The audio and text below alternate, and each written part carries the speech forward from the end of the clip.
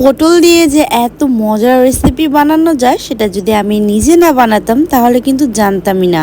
So আজকে আমি আপনার সাথে শেয়ার করছি পটল দিয়ে খুব মজার একটা রেসিপি। সো রেসিপিটা দেখতে হলে পুরো ভিডিওটা দেখতে হবে। সো হ্যালো এভরিওয়ান, আসসালামু আলাইকুম, welcome to my another new cooking video. So এখানে আমি পটলগুলোকে ছিলে দেন তারপর এরকম দু টুকরো করে নিয়েছিলাম। দেন তারপর ভিতরে যে বিচিগুলো আছে সেগুলোকে বের করে আলাদা করে নিয়েছি।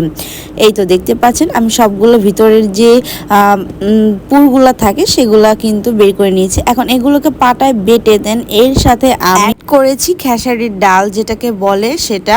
দেন তারপর কাঁচামরিচও বেটে নিয়েছিলাম। এখন সবগুলো উপকরণ ভালোভাবে মিক্স করা হয়ে গেলে এখানে দিয়ে দিলাম পেঁয়াজ কুচি, তারপর দিয়ে দিলাম হলুদের গুঁড়ো, মরিচের গুঁড়ো, দেন তারপর দিয়ে দিলাম ভাজা জিরের গুঁড়ো, দেন এখানে দিয়ে দিলাম টমেটো সস, আর হ্যাঁ অবশ্যই কিন্তু আমি লবণ ইউজ করেছিলাম।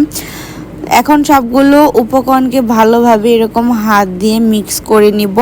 আর এখন মিক্স করা হয়ে গেলে আমি যে পটলগুলো রেখেছিলাম সেগুলোর ভিতরে এরকম করে ভিতরে চেপে চেপে আমি এই ডালের মিশ্রণটা দিয়ে দিব। আপনার স্ক্রিনে দেখতে পাচ্ছেন আমি কিভাবে কাজটা করেছি। দেন তারপর এই তো আমার সবগুলো পটলের ভিতরে পুর দেওয়া রেডি। এখন আমি এগুলোকে তেলের মধ্যে ফ্রাই করে নিব। আর এগুলো তেলের মধ্যে কিন্তু একদম হিট এগুলোকে ফ্রাই করতে হবে, কেননা পটলগুলোও তো সিদ্ধ হতে হবে, তাই না? দেন তারপর এই তো এখন আমি আস্তে আস্তে এগুলোকে ভেজে নিয়েছিলাম। আর দেখতে পাচ্ছেন এরকম খুব সুন্দর একটা কালার এসেছে। এই তো একদম ইজি একটা রেসিপি, বাট খেতে ভীষণ মজা ছিল। এরকম অন্যরকমভাবে পটল ভাজা কে কে ট্রাই করেছেন অবশ্যই কমেন্ট করে জানাবেন। আর যারা নাকি ট্রাই করেননি অবশ্যই আমার ভিডিও দেখে ট্রাই করবেন। সো ভালো থাকবেন, আল্লাহ হাফেজ।